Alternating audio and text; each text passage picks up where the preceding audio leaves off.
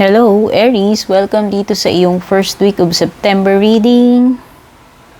Kamusta kayong lahat? I'm Purple Teen. Kung bago kayo dito, please don't forget to subscribe dito sa aking YouTube. Paki-like and follow din ng aking Facebook page, TikTok, and Instagram. Para sa mga interesado sa personal readings, dumiretso lang kayo sa aking Purple Teen Facebook page. Doon po kayo mag-send ng private message kung magbubook kayo or mag-i-inquire. Hanapin nyo lang yung link nakalagay sa description below.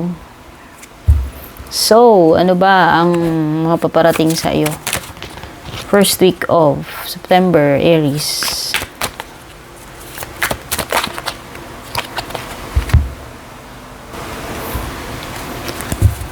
Bago tayo magsimula pala, lucky day mo, Aries, ay Sunday. Lucky numbers mo, 30, 38, 16, 35, 55, at saka 12.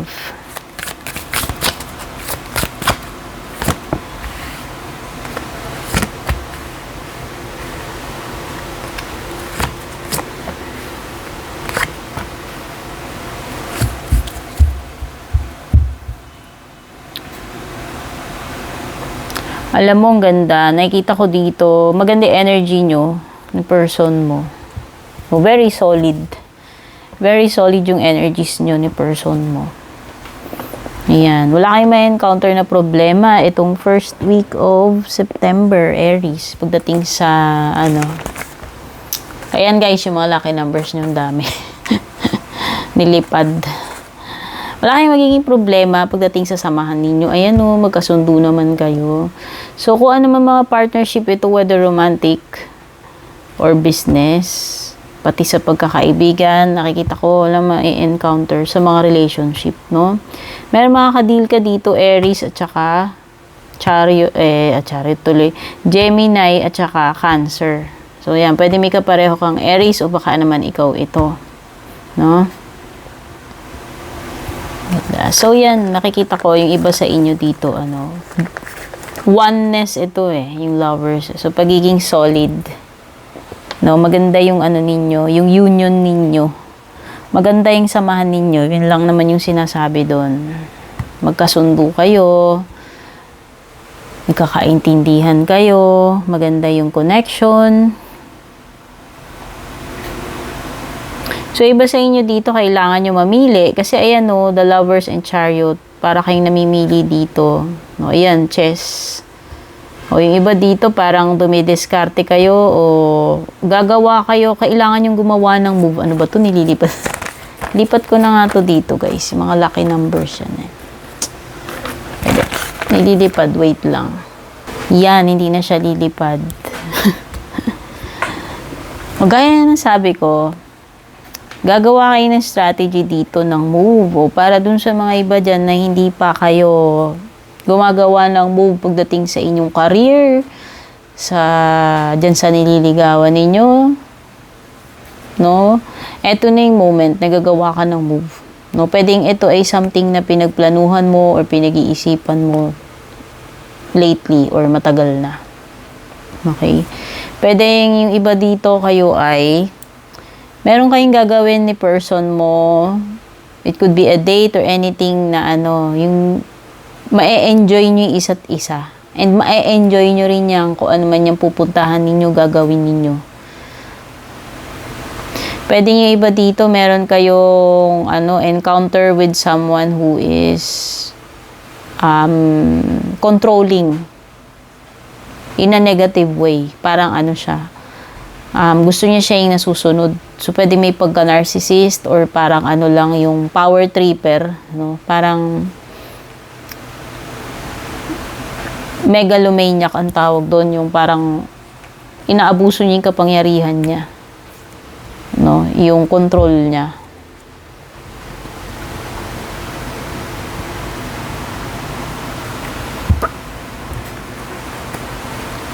Ano ba ibang energies nyo? Casket, so may ending, may aalis or mawawala sa buhay mo. Yan. Someone or something will leave your life. Pwedeng na yan, for good. Hindi na babalik.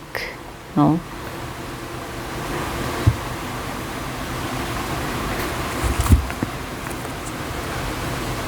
Oo. Pwedeng iba dito nagluluksa pa rin kayo over a loss of someone. Hindi ko alam kung kamag-anak ninyo sa pagkawala, pagpanaw, kung sino man ito. Baka napaka-importante sa buhay nyo. Ayan eh, hanggang ngayon, sariwa pa rin yung sugat. Masakit pa rin. Kung meron mang loved one na pumanaw na, ito yun. Sabihin, sariwa pa rin yung memory sa inyo, sariwa pa rin yung sugat, hindi pa rin kayo nakaka-get over. Whether may pumanaw man or yung iniwan ka o umalis, no? Ayan. This is, grieving over a loss. And merong kaganapan sa April, tandaan mo yan, Aries. Merong ka ring rat, someone working against you behind your back. Uy, merong dito. May gumagawa ng patalikod sa iyo, no? Hindi mo alam, pwedeng sinisiraan ka, basta may ginagawa siya against you. Kung sino man yan.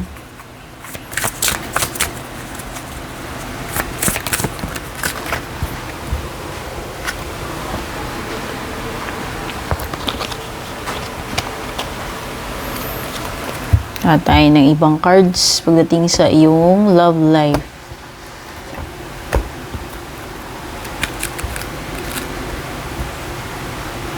Tayo ng cards.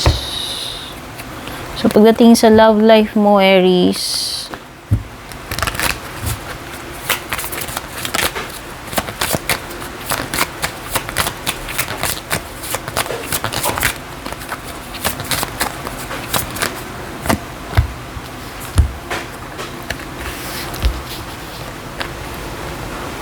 girl talk, the runner.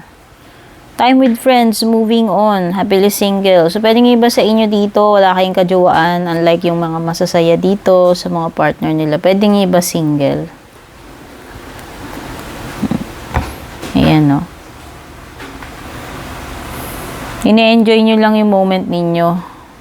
Pwede kahit single kayo, hindi man kayo nababother or pressure about pagkakaroon ng kajowaan dyan. No? So, okay lang.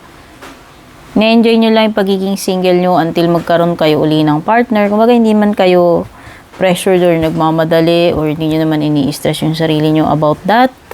Meron din ditong the runner, no? Sa isang codependent relationship. So, meron dito na siya yung laging naghahabol. O, ayan, kung sino man yan, ikaw man yan o person mo. Kung yung person mo, well, lagi kanyang hinahabol.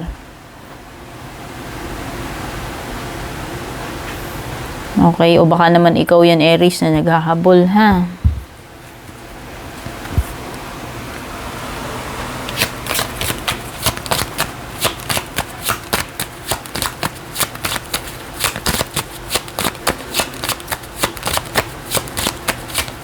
Actually, yung iba dito, pwedeng nakapag-move on na eh. Kasi meron ka ng chariot to. So, pwedeng iba nakapag-move on na kayo. Pwedeng yung iba nga nagkaroon na kayo ng bagong connection eh, no? Two of Cups at saka, lovers, no? So, pwedeng iba, nasa relationship na kayo uli ngayon. Pero yung iba single pa rin. Yan, sinasabi dito.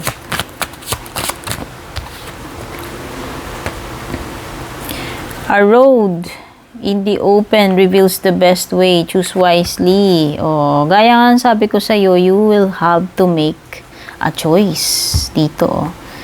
With discard and discard and discard, sinasabi, nagagawa ka ng choice. Mamimili ka talaga, whether you like it or not, lalo na lumitaw yung crossroad. Darating at darating ka sa point na kailangan mo na talaga mag-decide para sa sarili mo. No? Kailangan mo na talaga mamili. Ito yon yung sinasabi ni Crossroad. At saka, expect mo na makakatanggap ka ng good news. O, diba? Itong first week of September, hindi ko alam kung patungkol saan, pero at least may magandang paparating sa'yo or may marireceive kang maganda na balita, no? Tungkol man saan yan. Para sa closing message mo, Aries.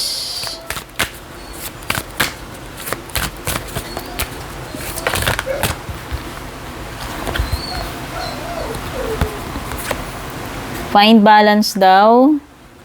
Ayan, find balance. O, baka nawawala ka sa balance lately. Alam mo yon. Halimbawa, too much work. Tapos, kulang sa libang. Ito, o, ayan. O, too much work, kulang sa self-care, pahinga.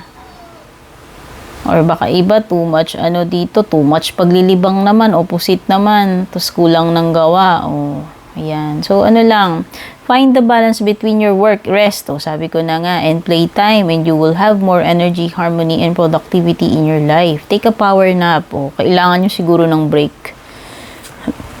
Look in a book. Whatever your question right now, you will find the answer in a book. The words you will find will bring the insight you seek. So, yan, whatever man daw yung hinahanap mo kasagutan, kung may book ka dyan sa tabi mo ngayon, o kung wala, pumunta ka dun sa bookshelf, kumuha ka ng isang book, magbuklat ka. Tapos, nandun daw yung kasagutan dito sa tinatanong mo. No? Ayan.